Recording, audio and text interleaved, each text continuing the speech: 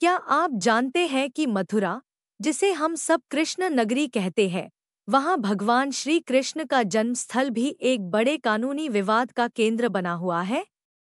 जहाँ पहले मंदिर माना जाता था, वहाँ आज शाही ईदगाह मस्जिद भी है। पर यह विवाद आखिर शुरू कैसे हुआ?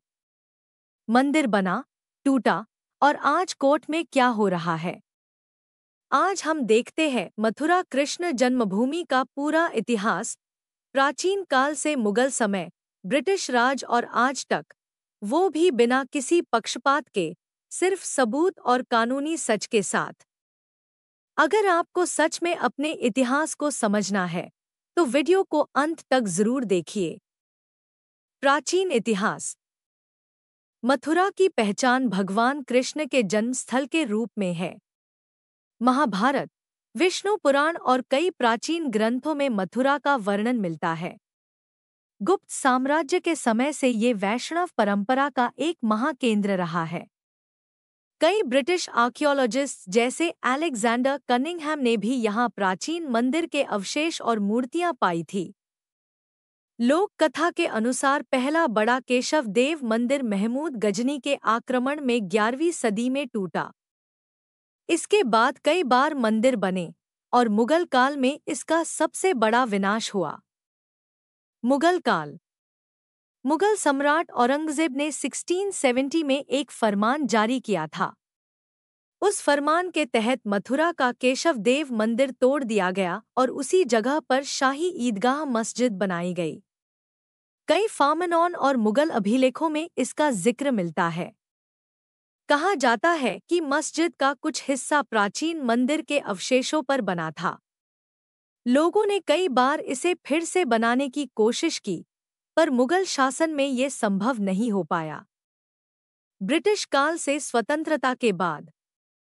ब्रिटिश काल में मथुरा में प्राचीन मंदिरों और मस्जिद के ओनरशिप को लेकर कई बार डिस्प्यूट्स हुए।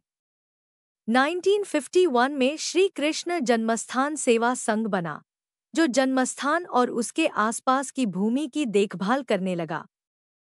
1968 में मंदिर ट्रस्ट और शाही ईदगाह मस्जिद कमेटी के बीच एक समझौता हुआ। इस समझौते के तहत मंदिर और मस्जिद के बाउंड्रीज फिक्स किए गए, ताकि दोनों धर्मों के लोग शांति से इबादत कर सकें।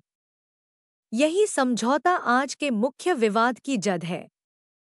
वर्तमान कानूनी विवाद। अब सवाल उठता है, अब तक कोर्ट में क्या हुआ? 2020 में हिंदू पक्ष ने मथुरा डिस्ट्रिक्ट कोर्ट में पिटीशन फाइल की। मुख्य मांग ये थी कि 1968 का समझौता गैर कानूनी है और शाही ईदगाह को हटाकर पूरा जन्मस्थान प्राचीन रूप में वापस दिया जाए। मुस्लिम पक्ष, शाही ईदगाह ट्रस्ट, ने कहा कि समझौता वैलिड है। साथ ही प्लेसेस ऑफ वर्शिप एक्ट 1991 का हवाला दिया गया।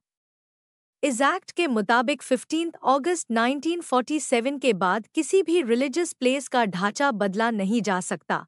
राम मंदिर को इसे अलग रखा गया था। 2020 से लेकर अब तक कई पिटीशंस लोअर कोर्ट में रिजेक्ट हुई, कुछ मेंटेनेबल नहीं मानी गई, कुछ टेक्निकल ग्राउंड्स पर खारिज हुई। लेकिन हिंदू पक्ष ने फिर इलाहाबाद हाई कोर्ट में अपील की। इलाहाबाद हाई कोर्ट ने 2023 में कुछ पिटीशंस एक्सेप्ट करके दोबारा सुनवाई करने का आदेश दिया। अब मथुरा डिस्ट्रिक्ट कोर्ट में प्रारंभिक सुनवाई चल रही है। मुख्य रूप से ये तय हो रहा है कि केस का एविडेंस मेंटेनेबल है या नहीं। 2024 में पिटिशनर्स ने एएसआई सर्वे की भी मांग की थी, जैसे अयोध्या में हुआ था। मस्जिद कमेटी इसका विरोध करती है। अभी तक एएसआई सर्वे अप्रूव नहीं हुआ है, पर यह डिमांड पेंडिंग है। आज की स्थिति ये है कि फाइनल सुनवाई चल रही है। स्टेटस क्वो बना हुआ है, मंदिर और मस्जिद दोनों वहाँ है। इसका अंतिम फैसला इलाहाबाद हाई कोर्ट या फिर सुप्रीम कोर्ट तक भी जा सकता है। आगे क्या?